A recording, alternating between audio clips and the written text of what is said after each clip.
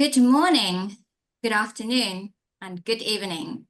I'm Chantal Carrington, CEO of Invest Africa, and it's my pleasure to welcome you to Invest Africa's annual North Africa Regional Outlook, the third outlook in this series this year. I had the pleasure of spending some time in Morocco in December during our Morocco investor mission, now that Morocco is getting some more interest with the upcoming World Cup 2030. As North Africa enters 2025, the region faces a complex mix of challenges and opportunities, with modest growth projected at 2.5%. This forecast is shaped by political instability, ongoing structural reforms, and fluctuating global economic conditions. In particular, Egypt, Morocco, and Algeria are navigating a challenging economic environment marked by rising inflation and fiscal pressures. However, these countries are also pursuing critical reforms and diversification strategies to strengthen their economies. For Egypt, ongoing macroeconomic adjustments and investment in infrastructure remain pivotal to stabilising its economy, while Morocco is focusing on expanding its renewable energy sector and improving industrial output. Algeria's efforts to modernise its energy sector and encourage foreign investment are expected to help to sustain the growth. I'm now going to hand you over to our moderator, Ahmed Al-Khatbi, who is partner at ADG Legal, to introduce you to the speakers and to delve into the outlook. Ahmed is a seconded lawyer, recognized as a leading practitioner in both the UAE and Egypt. He has honed his expertise across various sectors while working with law firms, as well as in-house for a giant multinational conglomerate. His clients laud him for being an authority in the legal field who provides world-class, responsive, and commercially minded advice. Ahmed's exceptional skills have earned him multiple prestigious accolades as well. So on that high note, Ahmed, over to you. Thank you very much, Chantal, for the introduction, and thank you, everyone. Good morning, good afternoon, good evening, wherever you are. We trust we will have an engaging discussion today. I'm joined with two very exceptional talents and colleagues. Naako, a senior economist for Africa at SMBC Group, and Ramona from BMI. I'll let each of the speakers have 2 minutes to introduce themselves and their field, then we can start and kick off. Ramona, you want to start? Yes, sure. So my full name is Ramona Mubarak. I head the Middle East and North Africa country risk team at BMI, a Fitch Solutions company. So we are on top of the political and economic and financial risk covering or facing our region. I also head the global banking team at the company, and I'm happy to be with you today to share our insights and have a lively discussion. Thank you very much, Ramona. Naako, do you want to introduce yourself? Absolutely. Thank you. Thank you, Ahmed. Thank you, Ramona and Chantal and West Africa for having us here today.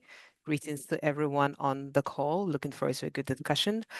As Ahmed said, I am the senior economist for Africa with SMBC Group, based here in London, and with more than a decade experience covering various advanced and emerging and frontier markets from macroeconomic and political risk perspective.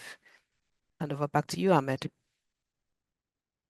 Thank you, Naako. So to kickstart our webinar, I would like to ask you, what are your views on North Africa's macroeconomics for 2025?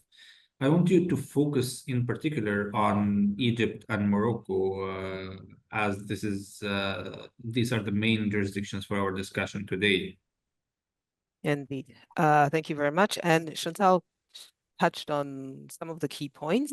And indeed, we'll be focusing on Egypt and Morocco, but if the audience have questions later on other countries, we'd be happy to look into those as well. But of course, market focus is particularly on Egypt and Morocco because those remain the most open and investable jurisdictions of the moment. In Egypt, the focus has been on the reboot last year in its macroeconomic reforms. Just from a growth perspective, I think the expectation is that growth will improve in 2025 and 2026 period, simply because of adjustment to the initial shock of the depreciation has now been receded. Improvements in FX and the adjustment to the new flexible exchange rate regime is sort of bedding in as well. But, although we could say, for example, that growth will go from 3% last year to about 4% last year, I think the growth number for Egypt is less of a focus than understanding just how these macroeconomic reforms are still evolving, particularly how FX supply is unfolding. How the policymakers are dealing with the fiscal consolidation needs and managing the debt load. Also looking at, the geopolitical impact on the economy, such as the Suez Canal, revenue returning, the change of Egypt's status from a net energy or gas exporter previously to now an importer, how all these dynamics will unfold. So yes, broadly, we can say Egypt will see stronger growth rates, but it's still going to be a somewhat challenging adjustment over the coming year, is what we see. In Morocco, I think the trend there is more upbeat. Certainly on the agricultural side, there has been the weight of the multi-year drought on agricultural output, but the non-agricultural sector has been much more robust. And Chantal mentioned, for example, preparations for the World Cup. That is just one of the factors that is driving both public and private investments in Morocco, which is spurring growth as well. Although Morocco is quite strongly linked to the EU economy, and EU has had slower growth momentum. At the same time, the kinds of exports that Morocco sends to Europe remain in demand. So overall, we see a more dynamic and brighter macroeconomic performance for Morocco in the year ahead. I'll stop there as an introduction, and maybe Ramona might have some insights as well. Yeah, sure. I was going to ask Ramona if you have some insights on this and whether any risks are posing challenges there. I think from our side, like in terms of the macro picture, we're somewhat aligned between what Chantal mentioned and Naku as well. So, but if we look at North Africa as a sub-region, it's gonna be the second fastest growing in the MENA region, and this is behind the Gulf Cooperation Council countries. And for the sub-region as a whole, we're expecting growth to accelerate from 2.7 to 3.7 in 2025. Now, this will come because of two countries, Egypt and Morocco. The rest, Algeria or Tunisia or even Libya, they are set to see it's somewhat a slower growth. Now, we're mostly bullish on Morocco. And because of the recovery on agricultural production, as Naku mentioned, after several years of drought. And this is a key sector. It's a small sector in the economy, but a big employer. And there's also, while still subdued, the Eurozone growth is set to pick up this year. And because of the close relationship between Morocco and the Eurozone, we're going to see some increase in exports, some increase in tourism, some increase in remittances. And also the World Cup, the investments related to World Cup, they will support investment activity. And this will also be supported by monetary policy easing, because the Bank al-Maghrib will be cutting rates by about 25 basis points this year. Now, for Egypt, yes, it has done a lot, but the economy is still in a recovery mode, so facing lots of challenges. On the positive side, the manufacturing sector is recovering, and this is following the unification of the exchange rate and increased availability of FX in the market. But on the other side, other hand, the Suez Canal and hydrocarbon sector continues to be a drag. The recent data shows that they shaved about 1.5 percentage points from growth into the economy from Q1, from growth in Q1. Now, if we like, what can go wrong here, right? So and this brings us to the risk section. For Morocco, it's simply another bad agricultural season, and this is possibly to, let's say, bad weather conditions, which would hinder, of course, growth, keep unemployment rates elevated, and would require higher imports to fill the less supply in the market. In Egypt, the growth picture will be factor of mainly slower investment activity. So basically, if our expectations for some foreign investments do not materialize, then this is a key risk for our forecast, not only this year, but also for next year. Well, thank you, Ramona, for this. You know that the African Continental Free Trade Agreement has come into force a few years ago, which presents new opportunities for Africa in general and for North African economies. How do you envision this agreement specifically transforming the regional trade patterns? Do you want me to come first? Yeah. Few words from our side on this one. Basically, it will boost African economies through three main channels. The first one being lower prices and more consumer choice. The second one being new cross-border value chains and economic diversification. And the third one being a reduced dependence on foreign markets. Now, the agreement will encourage the creation of hubs that will help to meet African demand from within the continent. This will build cross-border value chains that will generate jobs across Africa. Now, Morocco's automotive sector stands to benefit from Africa, both as a key source of demand and as a zone of production. And integrating West African economies into its supply chain can cut costs and also create jobs across the region. Now, the agreement will also generate or accelerate Africa's energy transition, and integrating power networks will create cheaper, more reliable grids, and lower tariffs will encourage domestic production of manufactured goods like solar panels. Now, in North Africa, Morocco stand out as having the most potential on this front.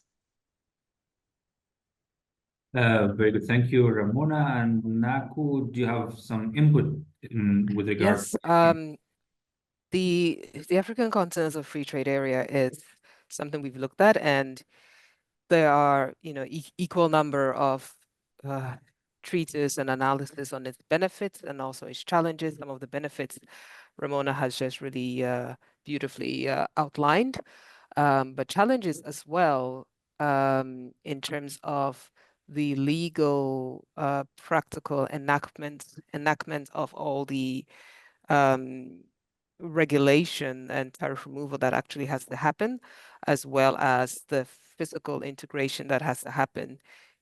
Those seems like it will be a very long-term project, but that is also not to ignore the actual intra-Africa trade that does go on. I know if you look at the formal numbers, it might seem small, like 12% or something, but informally, especially along borders, you see a huge degree of informal trade happening as well. So I think there's between these gray zones of informal trade and a very formalized free trade area, the reality of what actually gets delivered is going to fall somewhere there. But that being said, for North Africa, I think there is recognition of its both economic, commercial, and geopolitical benefits. Economic, as Ramona has outlined for Morocco, for example, you have the automotive industry. Morocco has also been both commercially and strategically focused on African integration, particularly since its banks are some of the leading Pan-African banking groups, but also from a political and international relations perspective, the government of Morocco is seeking greater clout within Africa for its own interests. Similarly, for Egypt, as it goes through its reform program, one of the fundamental issues that it needs to address is developing a more competitive manufacturing economy. And, you know, for various reasons, manufacturing in Egypt has been protected from outside competition.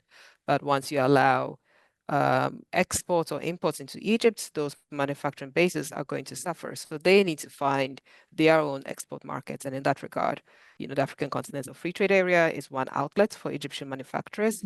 And we do see more and more Egyptian commercial missions coming out seeking new export markets amongst other African countries.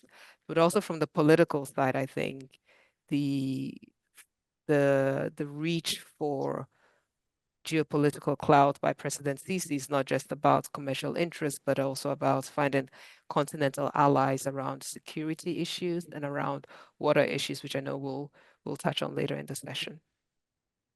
Well, that brings us to the next point, actually. For a long time, resource management within the African continent was a challenge. Egypt, for example, right now are facing some challenges in relation to the water because of the Ethiopian dam and different other African countries are facing challenges regarding water and other resource management. Do you have some insights for us on this topic? Yeah, most definitely. I can kick that off. So for Egypt, it's been very much in the spotlight recently of, you know, how its tensions with Ethiopia ratcheting up. Well, more specifically, Egypt drawing up a military cooperation agreement with Somalia, which was directly to show Ethiopia some sort of saber rattling that, you know, we can ratchet up the confrontation over the Nile waters. That now seems to have moderated, not only because of intervention from the likes of Turkey or the UAE, but also, you know, there were other problems for Egypt to attend to in terms of the Middle East conflict. But in the North Africa region, where conditions are already arid, and especially for Egypt that is so dependent on the Nile waters, this is an existential issue, and it is willing to consider military measures to defend its interests. So far, you know, there has been diplomatic engagement, but those talks have not progressed. Potentially now with the Trump presidency, there might be more international pressure on Ethiopia to actually enter a formal agreement, which Egypt has been pushing for. But let's see how that plays out. But the overall takeaway is that, you know, yes, there can be investment in desalination plants, so we can look at new technology, but fundamentally for Egypt, protecting the Nile waters will be a very existential issue on which it is willing to, you know, ratchet up, you know, tensions or actions with Ethiopia.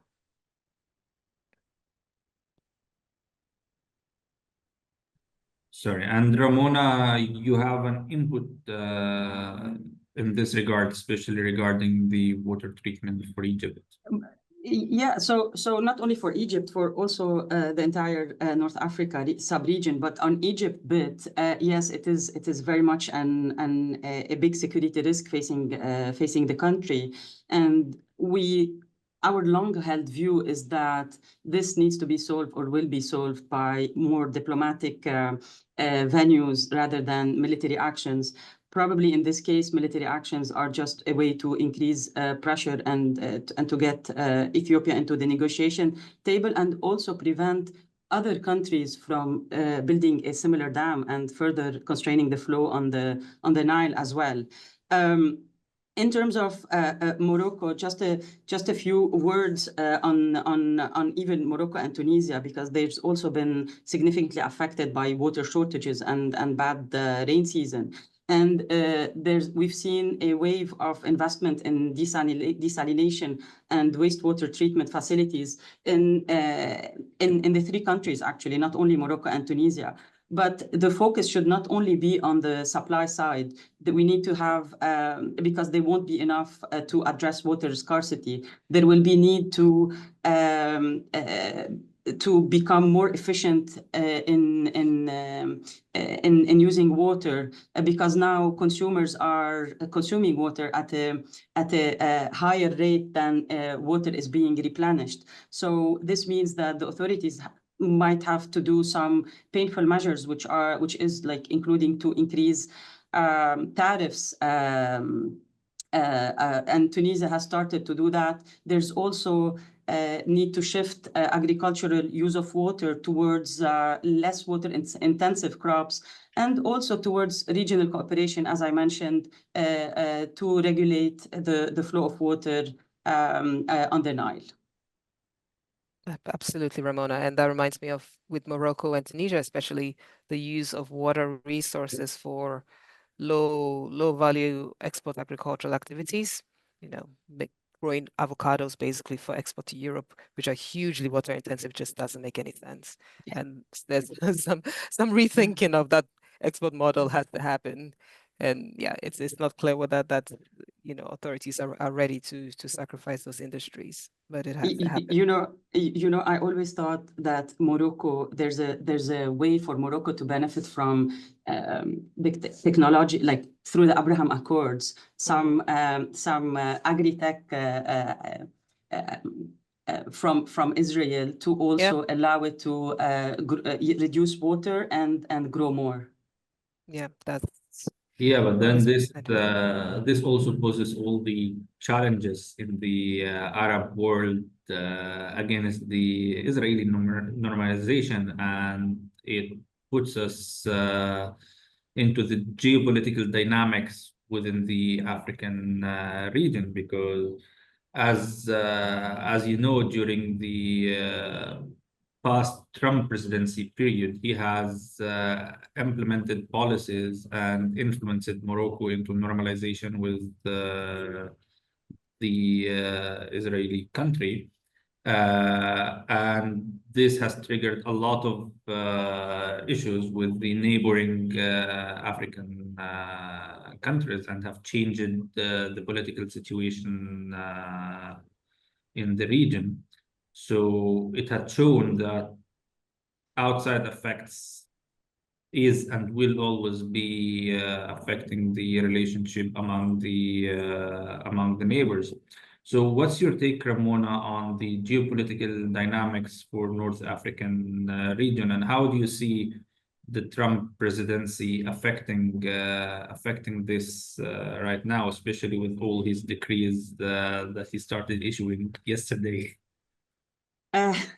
Okay. Let's start, and let me start to address the geopolitical bit on first. Basically, like. Yes, there's been the recognition of the Western Sahara and all of that under Trump, but like in terms of geopolitical risk, I think this risk now at this stage is more pertinent to Egypt than the rest of North Africa, and this is given its proximity to the conflict in Gaza, and also to Israel, because it's been affected by the increased geopolitical risk that came with the increased tension between Iran and Israel on that front. And we have seen some implication through some portfolio outflows exiting the Egyptian market during these episodes. Now, there's also the disruption to the Red Sea as well, which deprived Egypt by about $500 million per month. Now, yes, there is a ceasefire in place, and this provides an opportunity for the navigation of normalization of navigations in the Red Sea. But this will only happen once the 3 stages of the ceasefire are fully implemented. So because of the uncertainty, we will be associated with the ceasefire holding or not. We might see some pickup in transit, but this will be much more smaller than pre-2024 levels. Now, if we go to the second part of the conversation, which is about Trump's presidency, I want to discuss it from an economic angle rather than a political angle. And the Trump's policies, if they are implemented to the full extent Trump made during its electoral campaign, this will have negative implications on the MENA region through several channels. The first one, the dollar, it will continue to strengthen, and this will have negative implications on the currency in Egypt, Tunisia, Morocco, and Algeria. And the second one is slower monetary policy easing cycle. This is mostly related to the GCC and the Jordan, which follows the Fed. But we might also see some lower oil prices. This is the negative bit of the situation, which is always a good news for North African countries, such as, of course, Egypt, Tunisia, and Morocco. Now, another risk that Egypt specifically faces is that swings in investor sentiment, and this will cause some pressure on its, or it will cause some capital outflows. Now, final point here, if Trump's policy also lead to a slowdown in the Eurozone, then this will lead to slower demand for goods and services from Tunisia, Morocco, and Algeria. And specifically, Tunisia will be affected through slower growth in Germany and Italy, and Morocco's auto sector in particular will be affected by fewer export or less export to Italy. Thank you, Ramona, on this. Naku, do you have comments in relation to the geopolitical dynamics in North Africa, especially with regard to European influence and the business landscape that is happening currently? Yes, I think Ramona covered a lot of the main points just now. So we know that in terms of the linkages of the North Africa region, you have Europe that's most important for Morocco and Tunisia, Algeria, and you have the Middle East that's most important for Egypt. So in a scenario where Europe is slowing, that would be negative for those three countries. There are potential mitigants because, for example, some of their exports to Europe are not so high price, low cost. Fruits, vegetables, automotive parts, maybe these are not going to be as sharply impacted as if they were exporting more higher value added things. So potentially the impact could be mitigated in that way. Also longer term, if we think of the splitting up of the world into global trading blocks, the fact that they already have this close relationship with the EU makes sense that they might see spillovers in terms of EU investments to the North Africa region or even more closer ties. Of course, the fact that the EU is no longer importing Russian gas is, it's a secular trend for gas exports from North Africa. So, it's not all negative. There are some mitigants possible for North Africa in its relationship with the EU. With Egypt, the problems are, as Ramona put it, the huge financing need of the government make it very sensitive to global financial conditions. Any changes in risk sentiment, volatility that causes the withdrawal of foreign portfolio inflows will bring it back to where it was before. And, casting your mind back, Egypt has had, let's say three successive bailouts.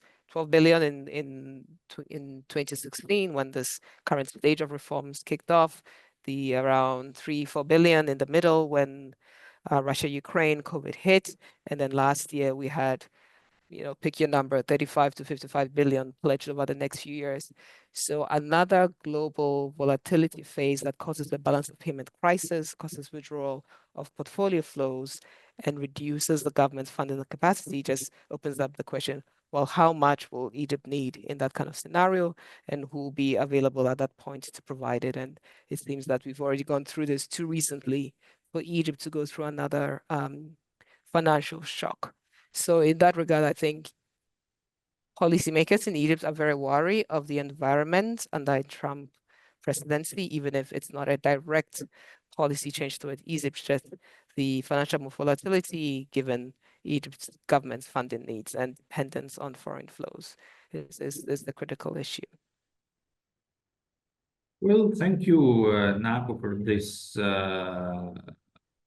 And during the past period, the GCC countries have been entering into the North African market quite significantly. Saudi, UAE, and number of the other GCC countries, Qatar specifically, Kuwait in some areas, are navigating their way through Africa. Do you have insights for this, Ramona or Naku, whoever would like to comment on this? Sure, I can kick off.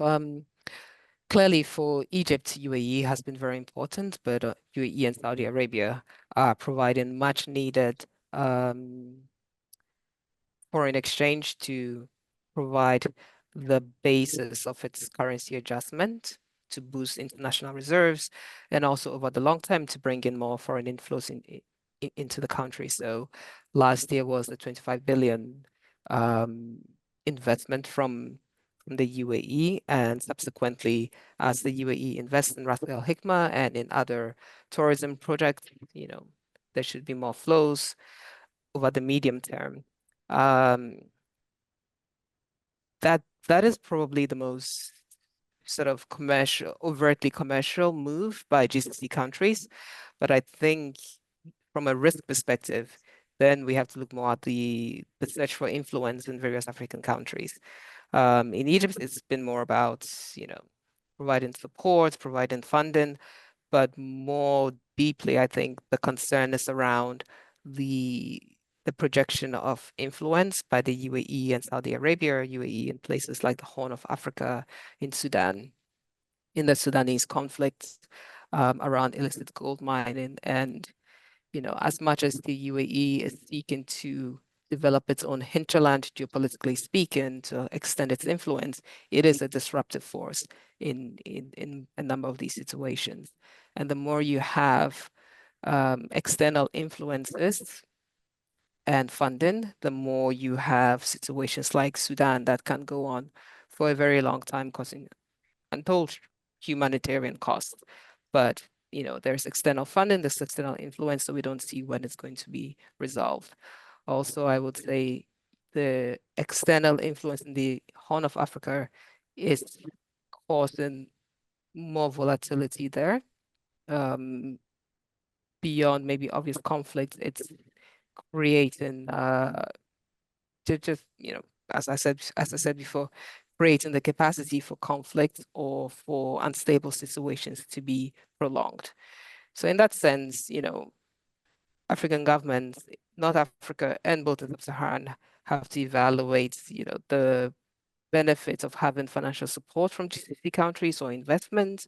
There's other more overtly commercial investments from DP World or from energy companies, but that has to be weighed against the political and geopolitical influence that comes with it as well. I can see Ramona is also moving to comment on that. Actually, for GCC investments, there's always, as you mentioned, like a business angle and also a strategic angle. Now in Egypt, it combines both, but mostly it's on the strategic part. But they are converging. This is on, like, we've seen investments from GCC in sectors such as logistics, fertilizers, non-bank financial institutions, some in the tourism sector, the hospitality. So they have been interested in companies that generate income and foreign currency to hedge against any currency volatility. There's also been foreign interest in the telecom sector, in the hospitality, as I mentioned, and in the energy sectors. So the banking sector provides an opportunity as well, given the underbanked population, while the consumer sector is attractive given the large market in the country. The Ras Al Hikmah deal brought a new dimension, which is the land. And the Egyptian authorities are looking to structure a similar deal with possibly Saudi Arabia, because they have deposits at the Central Bank of Egypt. So to strike these in exchange of investments, and also with Qatar as well. The land bit is also, it covers bits of Africa. So the UAE, for instance, it acquired some lands, and this is with the purpose, it's not for influence, but also in terms of food security, because these are agricultural land that will serve to, they are closer to the UAE, and they will serve as some sort of reliable source of food for the country. Well, thank you, Ramona, for this. And moving to some of the audience questions here, I think Naako have touched base on Ahmed Mikkao's question, saying, how do you see the capacity of the Egyptian economy to handle PPP projects in terms of providing the necessary sovereign guarantees and currency protection? Do you want to highlight a few more words on this? That, unfortunately, is not my area, looking into PPPs and specific regulation. I know the government is keen to encourage, but they are, of course, restricted by the high debt burden, the existing debt burden, which they are, government debt to GDP is already around 90% of GDP. The plan is to moderate that over subsequent years.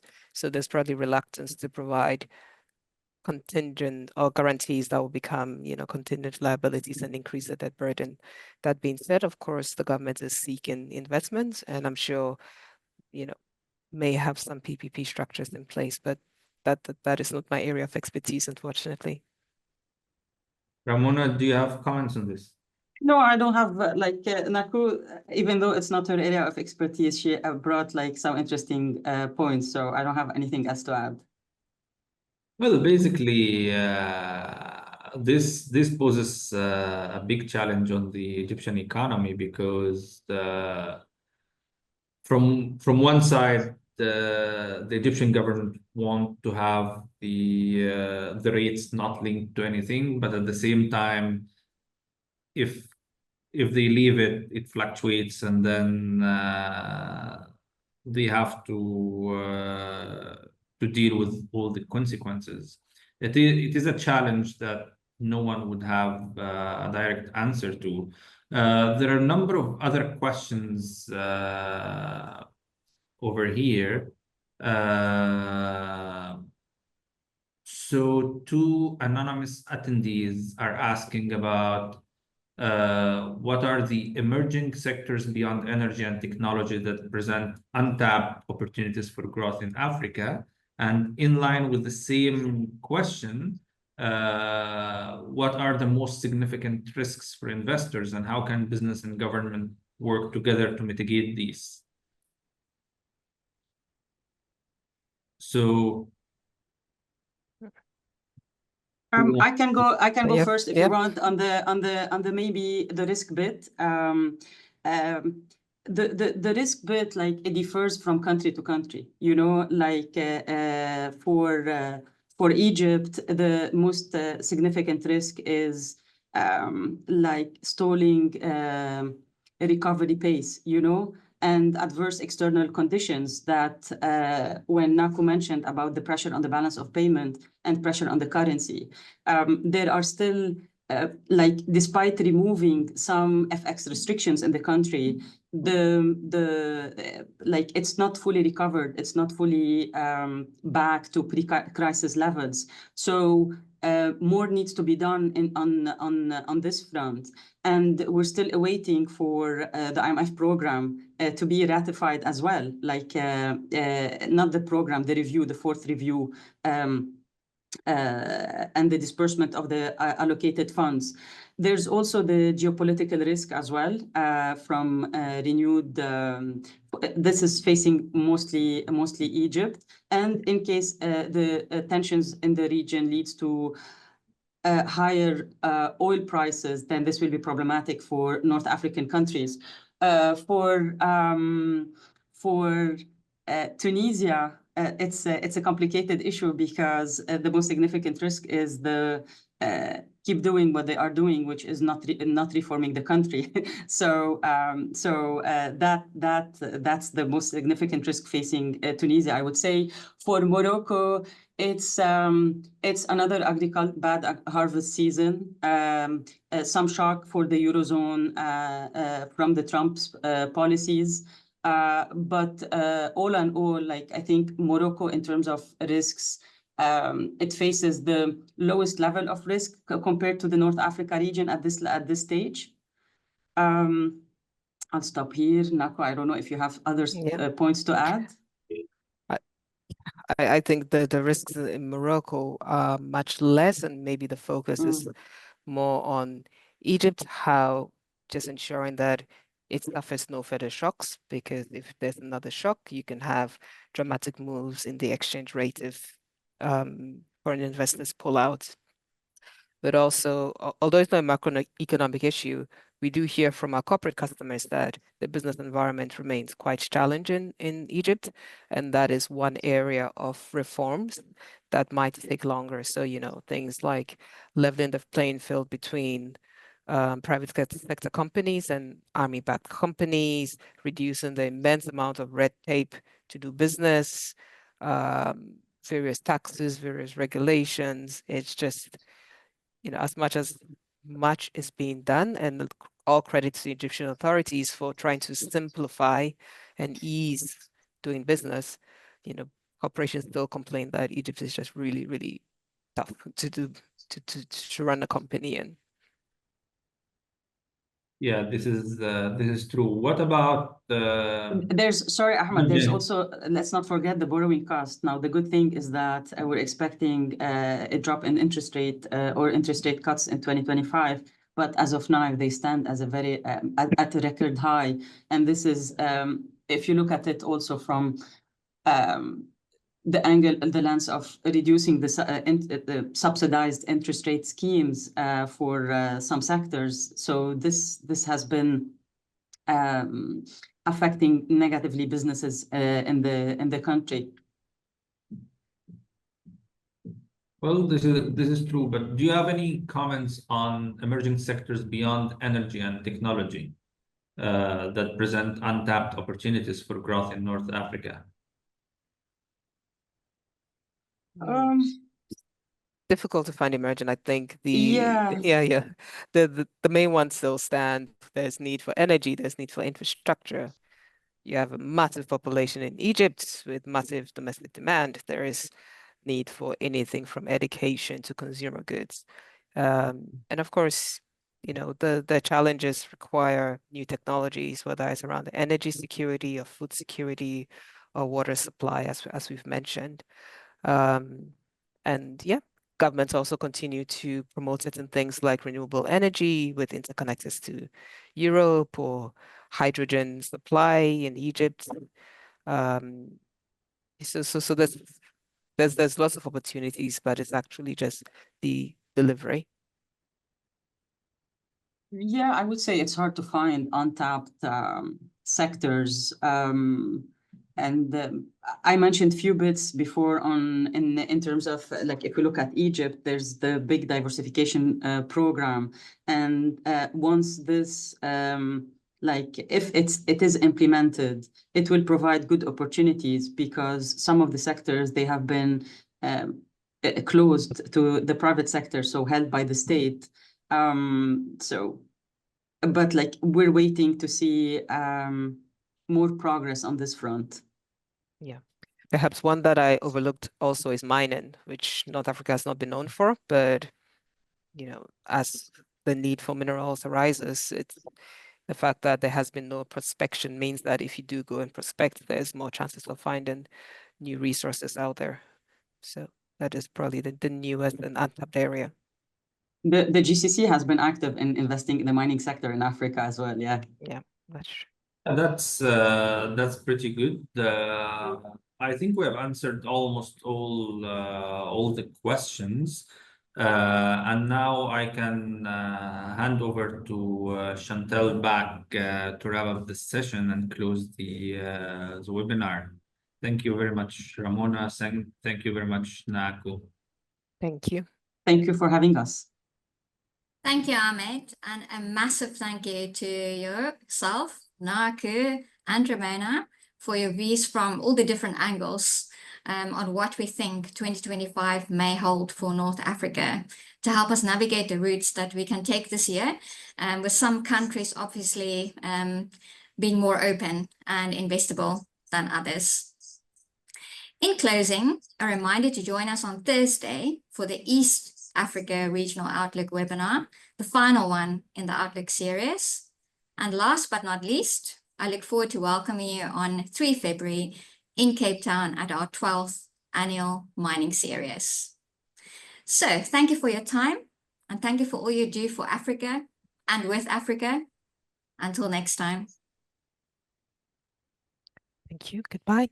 Bye.